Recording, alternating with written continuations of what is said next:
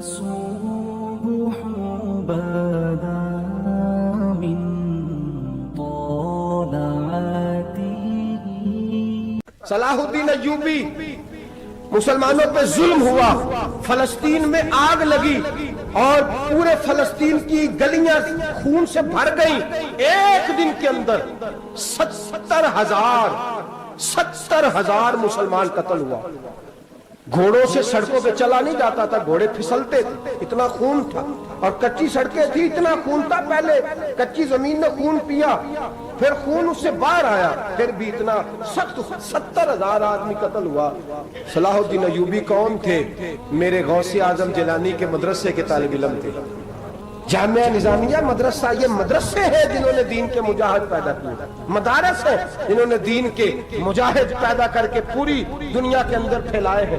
مدارس کے اندر دہشت گردی آئی، میں اختلاف نہیں کرتا، لیکن ابھی بھی مدرسے ہیں جن مدرسوں سے رسول اللہ کے دین کا سچا درس دیا جاتا ہے، امن، پیار اور محبت کی فضا کو عام کیا جاتا ہے وہ مدارس. اور انشاءاللہ قیامت کی صبح تک وہ مدرسے قائم رہیں گے.